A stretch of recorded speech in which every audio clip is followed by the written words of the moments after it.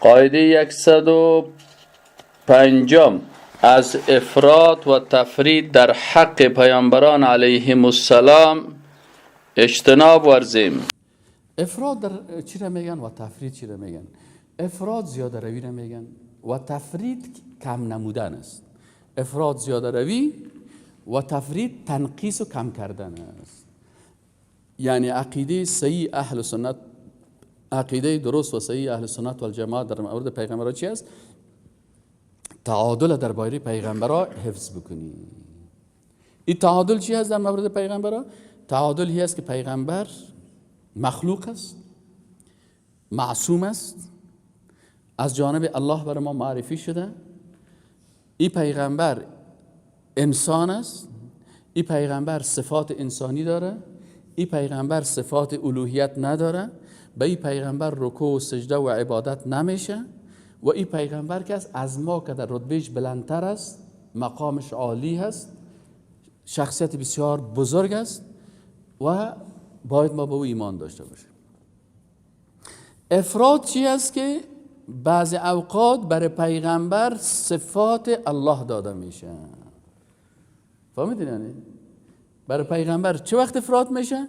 که صفات الله و افعال الله برای پیغمبر نسبت داده شده. بعضی کسا افراد میکنن، بعضی صفات پیغمبرها را چی میکنن؟ الله را برای پیغمبرها میده. چه قسم؟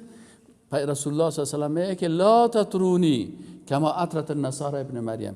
ای مردم مرا زیاد توصیف نکنین مثل که نصرانی ها عیسی پسر مریم چی کردن؟ زیاد توصیف کردن. امی بعض مردمایی که زیاد نادخوانی میکنن و شعرخوانی میکنن یا بسیاری اوقات آنقدر پیغمبر توصیف میکنن که بالاخره پیغمبر از بندگی و مخلوق بودن میکشن، بر از این صفات چی را میتن؟ صفات الله را میتن. ای پیغمبر تو در عرش هستی، ای پیغمبر تو مافوق عرش هستی. بعضی اوقات بعضی شعرها رو بخونین، خصوصا در زبان اردو بعضی شعرها رو که گوش میگن، باز یک دفعه شروع میکنن که ای پیغمبر تو عرش میه، تو فرش میه، تو سدرة المنتهی میه، سدرة المنتهی سے به او در ہے که تو هی. بالاخره العیاذ بالله از پیغمبر خالق جور میکنن. این افراط میگن. بعضی کساس مثلا محبت افراطی در شأن پیغمبرها میکنن. این محبت افراطی خدا یا به لفظ بیان میکنن یا به دعا بیان میکنن. مثلا میرن دست دعا به قبر پیغمبر بالا میکنن که ای محمد صلی الله علیه و سلم برای من یک دختر بده، ای پیغمبر برای من بچه بده. پیغمبر که است، خود پیغمبر در پیش رویش اولادش چی میشه؟ روحش قبض میشه. خود پیغمبر بچه جوان نداره. بچه پیغمبر ابراهیم نام داره، پیش روی پیغمبر صلی الله علیه و سلم وفات میکنه و پیغمبر بر بچه خود گریه میکنه. و اینا لفراق یا ابراهیم لمحزونون. بچه که ابراهیم نام داره فوت کرده و پیغمبر میگه من جگرخون هستم. از چشم پیغمبر قطرات اشک جاری میشه. آل پیغمبر میتونست که بچه خود از مرگ نجات بده؟ نه خیر. چرا که خلق کننده از او الله هست و شفا دهنده از او کی است؟ الله هست. الله نخواست برای ابراهیم شفا بده، الله نخواست که نمی ابراهیم زنده باشه. پس الله سبحانه و تعالی اینمی بچه پیغمبر را گرفت تا ما و شما بفهمیم که پیغمبر زندگی و مرگ و شفا دادن نمیتونه. اما بعضی کسا افراط میکنن در شان پیغمبر، بالاخره بسیاری از صفات الله را برای پیغمبر میدن. از این خاطر قاعده ای است که باید در شأن پیغمبرها افراط نکنیم. افراطی نمی هست. افراط چی را میگن؟ صفات و افعال الله را به پیغمبر نسبت دادن و از پیغمبر تقاضا کردن امی صفات و افعال الله را، اینی چی هست؟ این افراط در شأن پیغمبرها میگن و امی سبب کفر میشه. ابراهیم علیه السلام چی میگه؟ و اذا مرضت فهو یشفین. وقتی که من مریض شدم مرا کی شفا میده؟ الله شفا میده. حالا بسیاری کسا در قبر پیغمبر میره میگه برای من شفا بده. بعضی کسا رسول الله صلی الله علیه و آله میگه که یک حدیث که در این باره چند حدیث آمده. یک حدیث میگه که مرضیات لا تطرونی کما اطرت النصارى ابن مریم. ای مردم بسیار توصیف مرا نکنین مثل که نصرانی ها عیسی پسر مریم توصیف زیاد کردن، با کفر مبدل شدن، صفت الوهیت بر از او دادن. برای ما بگوین که عبدالله و رسوله، این پیغمبر بنده الله است و این رسول الله است صلی الله علیه و سلم. در حدیث دیگه چی میگه؟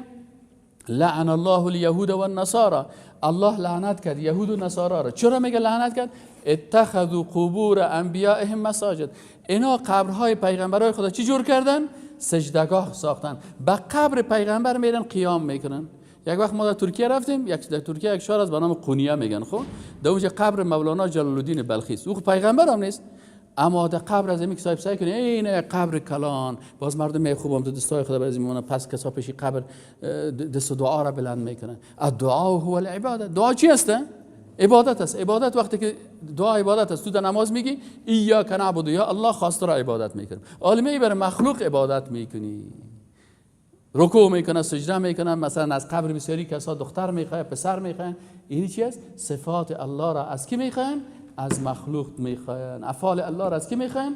از مخلوق میخواین. و از همین خاطر رسول الله صلی الله علیه و آله توصیهش بر امتش چی بود که لعن الله الیهود و النصارى، الله یهود و نصارا را لعنت کرد. چرا لعنت کرد؟ اتخذوا قبور انبیائهم مساجد. قبرهای پیغمبر را چی جور کردن؟